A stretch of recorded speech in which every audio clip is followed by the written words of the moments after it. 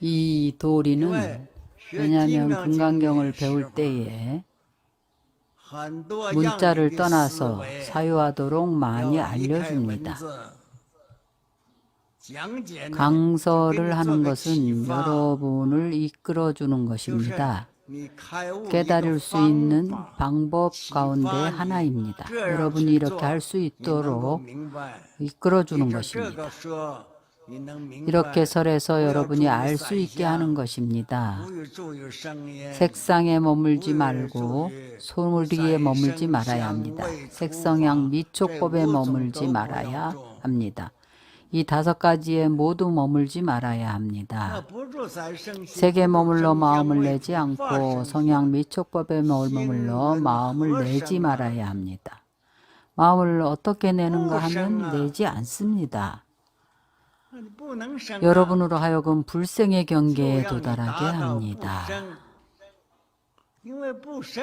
왜냐하면 불생이 곧 불멸이기 때문입니다. 그래서 불생 불멸을 이야기합니다. 생이 있으면 반드시 멸함이 있습니다. 이것은 필연적인 것입니다. 이것은 생멸법입니다. 불생이면 당연히 불멸입니다. 이것은 불생멸법이라고 합니다. 요점을 말하자면 부처님께서 진일보에서 설하십니다. 금강반야바라밀경 이 경전은 불가사의합니다. 만약 현재의 범부의 망상심으로 상상하고 헤아린다면 상상하고 헤아릴수록 거리는 멀어집니다. 우리가 모여서 토론을 한번 해보아야 합니다. 사람이 많으면 지혜가 나옵니다. 토론해 봅시다. 그러나 토론할 수가 없습니다. 마음으로 생각할 수도 토론할 수도 없습니다. 우리가 달아볼 수 있는 분량이 없습니다. 이 공덕은 무량무변하고 불가사의합니다.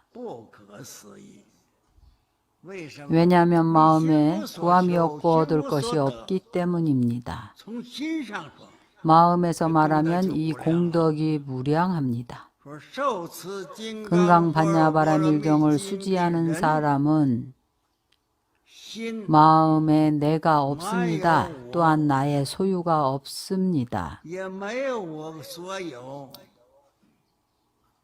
수지하는 사람도 없고 수지할 경전도 없습니다.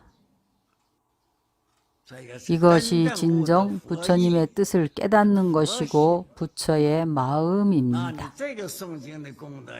이러한 경전 독송의 공덕이 무량무변합니다. 가히 헤아릴 수가 없습니다. 무량무변한 공덕입니다. 바로 여기에서 말한 불가사의입니다. 사는 마음의 생각이고 의는 입으로 상의하는 겁니다. 의론할 수도 마음으로 생각할 수도 없는 것입니다. 그래서 이 금강경은 일반 사람들을 위해 설한 경이 아닙니다. 어떤 사람을 위해 설한 경인가 하면 대승의 마음을 바란 사람을 위해 설한 경이고 최상승의 마음을 바란 사람을 위해 설한 경전입니다. 만약 누군가 수지 독송할 수가 있다면 그가 누구든지 간에 누구든지 금강경을 수지 독송할 수가 있다면 또 금강경을 다른 이에게 널리 설해줄 수가 있다면 부처님은 이 사람을 다 알고 다 보나니 열애께서 다 알고 다 봅니다. 부처님께서 이 사람에게 이미 수기를 한 것입니다.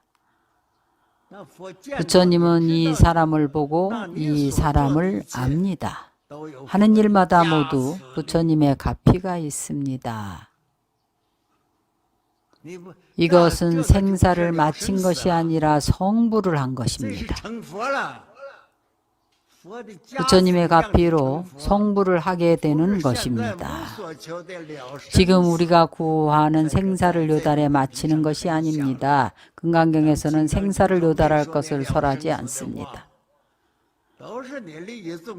중생을 이익해서 마음을 밝혀 견성할 것을 설합니다. 생사는 자연히 요달에 마치게 됩니다. 이 도리는 반드시 알아야 합니다. 이렇게 이해할 수 있고 이러한 지혜가 있는 사람은 열애께서는 그를 알고 그를 봅니다. 열애의 사상 가운데 열애의 마음 속에 그는 이미 진정한 불자가 되었습니다. 몸 밖의 공덕은 말할 것도 없습니다. 가히 헤아릴 수 없고 한량이 없는 불가사의한 공덕을 성취한 것입니다.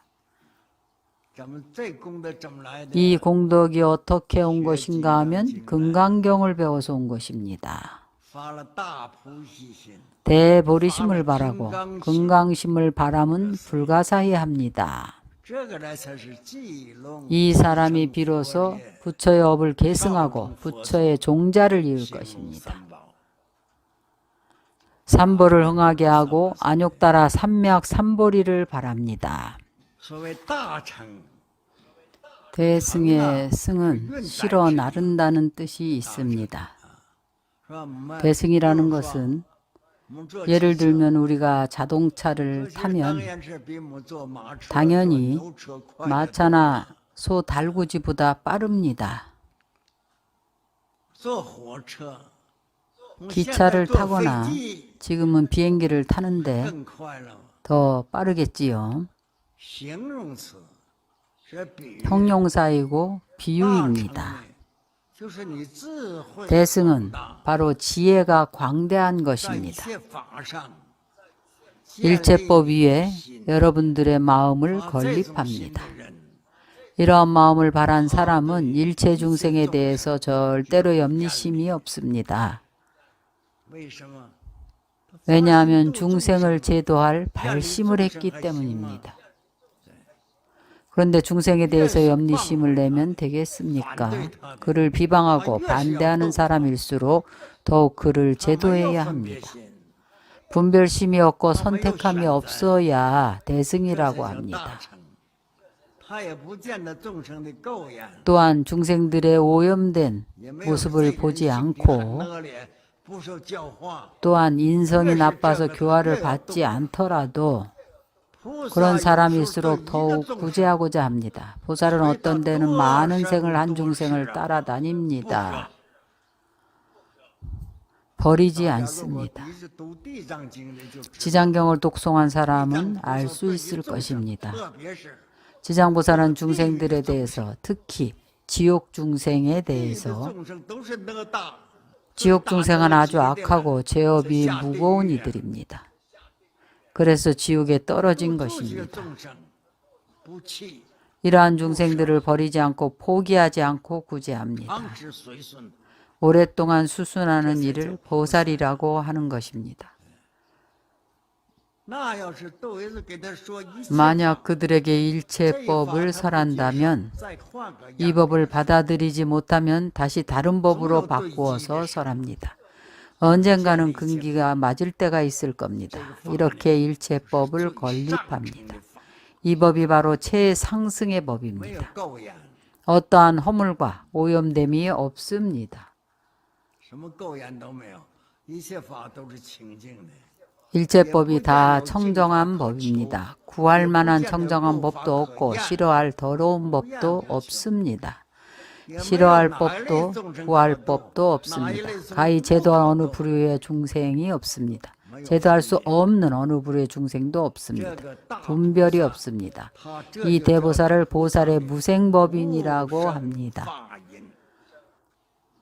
다만 이것은 대보살을 가리키는 것입니다. 관음, 보현, 미륵, 지장 등 대보살을 가리키는 것입니다.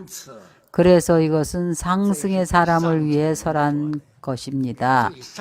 최상승의 사람을 위해서 설한 법입니다.